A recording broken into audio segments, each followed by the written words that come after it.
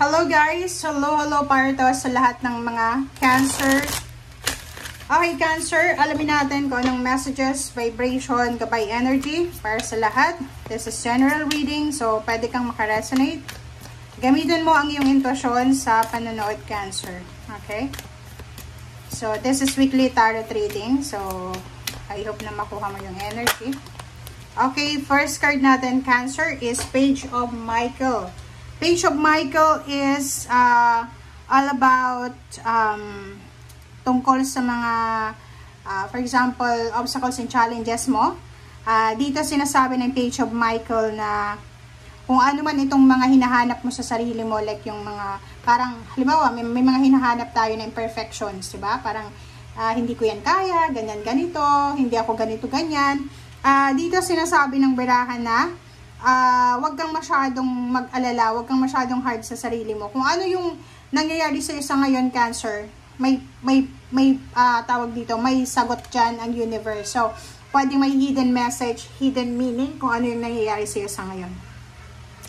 If ever Cancer, marami kang dokumento na inaayos, papeles, may contract signing, kailangan mong basahin mabuti yung dokumento na yan para hindi ka magkamali or para hindi ka magsisi sa bandang huli. Huwag tayong masyadong magpadalos-dalos. Sundin natin yung flow ng life.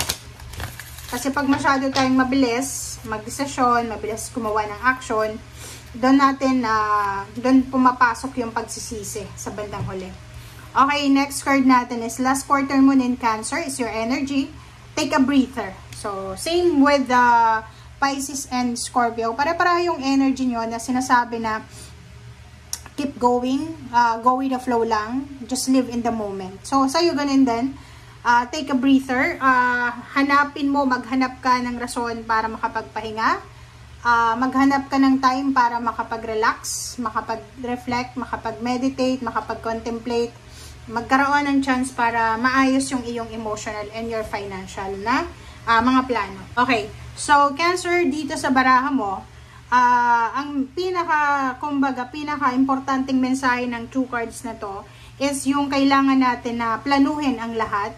And habang nagpaplano tayo, hayaan lang natin kung ano yung mangyayari sa kasalukuyan. 'Di ba? So, iwasan mo yung temptation na magmadali, yung i-rush yung situation. Yung parang kailangan madalian ng ganito, ganyan, kailangan ganyan, ganito, kailangan kalma lang, relax lang sa ngayon. Okay?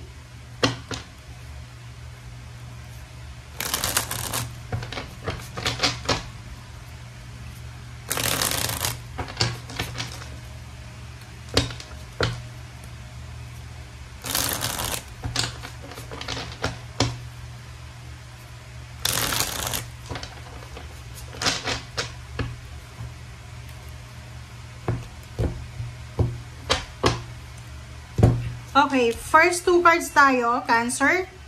This is the Empress and Queen of Cups. So, yun. Ito yung mga unexpected na twist na posibleng darating sa'yo, Cancer. Ito yung dapat mong bantayan.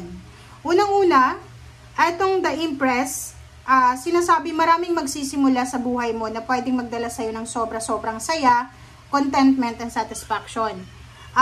Pwedeng kung ikaw ay gustong magkaroon ng anak, diba? Pwedeng isang unexpected pregnancy, friendship, collaboration, pwedeng may makilala ka na pwedeng maging connection. Kung halimbawa nag-a-apply ka ng trabaho, isang tao ang pwedeng pumasok sa buhay mo para tulungan ka na makapagsimula ng bagong buhay, ganyan ganito. Pwede din na marami kang mga healthy regimen na sisimulan, magda-diet, magpapataba, mag-zumba, mag-yoga, so lahat ng klase ng new beginnings to, okay? Or lifestyle. Sa health din, nakikita ko sa'yo dito na kailangan mong bantayan, Cancer, yung health mo. Okay? And love yourself. Yun yung sinasabi. Take a breather. Etong Empress na to is, eto yung parang sign and synchronicities and symbols sa'yo na sinasabi na kinakailangan mong maging, kumbaga, mapasensya, alagaan mo yung sarili mo, and yun, iwasan natin yung stress or any problems. Okay, next card natin is Queen of Cups. Yung Queen of Cups dito is sinasabi ng baraha sa'yo na kalmahin mo ang sarili mo. Okay? Or kung ngayon ay wala kang kalma sa buhay, yung parang, kaya may take a breather dito kasi nagpapanik ka. Okay? Mabilis kang magpanik, mabilis kang mag-alala. Ay, hindi mo alam kung ano yung mangyayari sa mga susunod. Sinasabi ng bara sa'yo dito, just take it slow. Take it slow, 'di ba? Dahan-dahan lang tayo, Cancer. Okay. Nandito yung the devil. Yun lang. Ang sinasabi ng bara sa'yo dito, posibleng wala kang pera sa ngayon or may kailangan kang pera. Yung pagkakaroon natin ng problema dyan, like yung, limbawa, namumroblema tayo sa pera, yun yung pwedeng maging temptation sa atin. Kasi pag wala tayong pera, like walang trabaho, walang pera, walang source of income, doon pumapasok yung lahat ng klase ng temptation eh. 'Di ba? Mabilis tayong mairita, magalit, parang iba, ang bilis lang makahanap ng kaaway kasi nga may problema sila sa pera, parang ganun. So, ingat-ingat tayo. And at the same time, huwag kang sasabak sa isang trabaho na alam mo na hindi yan legal, or huwag kang papasok sa isang business or sa isang sitwasyon na pagkakapirahan na pwedeng scam lang yan, 'di ba? So, mag-isip tayo, okay? Mag-isip tayo ng kumbaga paraan na pwedeng tama siya, okay? Ten of Pentacles, sinasabi ng Barasyo dito, Cancer, na kung makakapaghintay ka daw, okay? Kung makakapaghintay ka, posibleng lump sum of money, posibleng inheritance, posibleng family, parang ano to generational wealth, ang ipapasa sa'yo ng universe. So, napaka-importante sa'yo sa ngayon, yung maging, ang tawag dyan, maging, ano ba yan sa Tagalog? Mapasensya, okay? Nawala ako. Maging mapasensya, intayin natin eh. Kasi, halimbawa, diba, may hinihintay ka tapos hindi ka na makapaghintay kasi wala kang pera, kailangan mo na magdesisyon. Hindi natin alam na baka after mo makapagdesisyon ng ganyan, tsaka pumasok yung blessings na yan, diba? So, pwede kang magsisi niyan. Okay? Ten of Wands, sinasabi ng bara sa'yo dito na posibleng yung iba sa inyo dyan, Cancer, ay makakapag-isip kayo ng isang napakagandang desisyon. Ang napakagandang desisyon na to is kailangan mong i-sacrifice yung family mo. Pwedeng ikaw ay hindi sanay na malayo sa pamilya mo, hindi ka sanay na mag-isa sa buhay, but it's because of responsibilities, duties and responsibility as parents, as breadwinner. Posibleng makakapag-isip ka na mag-abroad, lumipat sa malayong lugar para magtrabaho, iwanan yung pamilya sa probinsya, and hanapin yung swerte sa ibang lugar. So, comment down below if you are resonated. Okay. Diba? So, it's confirmation. Sinasabi sa'yo dito, Cancer, na isang good news, communication, balita, ang posibleng matatanggap mo. It's a job offer, or pwedeng dati mong kakilala siya na mag-o-offer sa'yo ng trabaho. Etong trabaho ito ay napakaganda niya. Okay? Napaka-solid ng foundation na to. So, pwedeng long-term job or pwedeng long-term business. Okay? So, iwasan nating maging takot. Okay? Iwasan mong matakot. Just go with the flow. Just let things happen. Parang gano'n yung sinasabi ng baraha.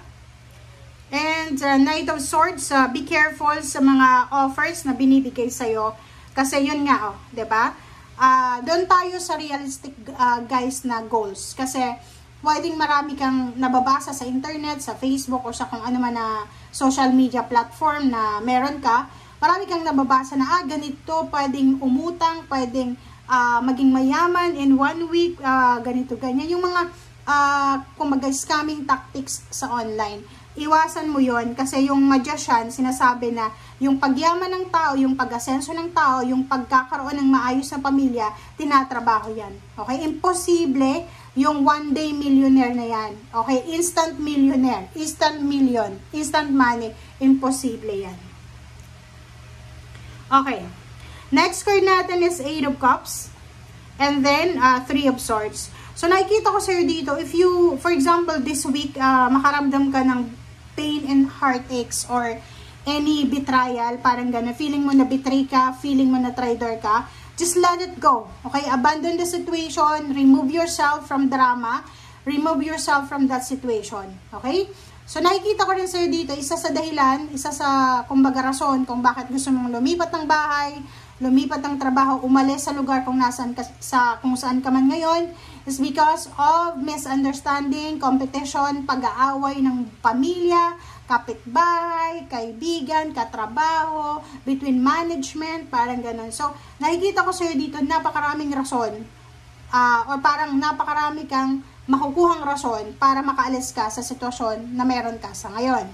And sa ilalim niya is King of Cups. So, as much as possible, kailangan mo daw na i-prioritize yung peace and harmony sa linggong ito. Thank you guys for watching. Bye!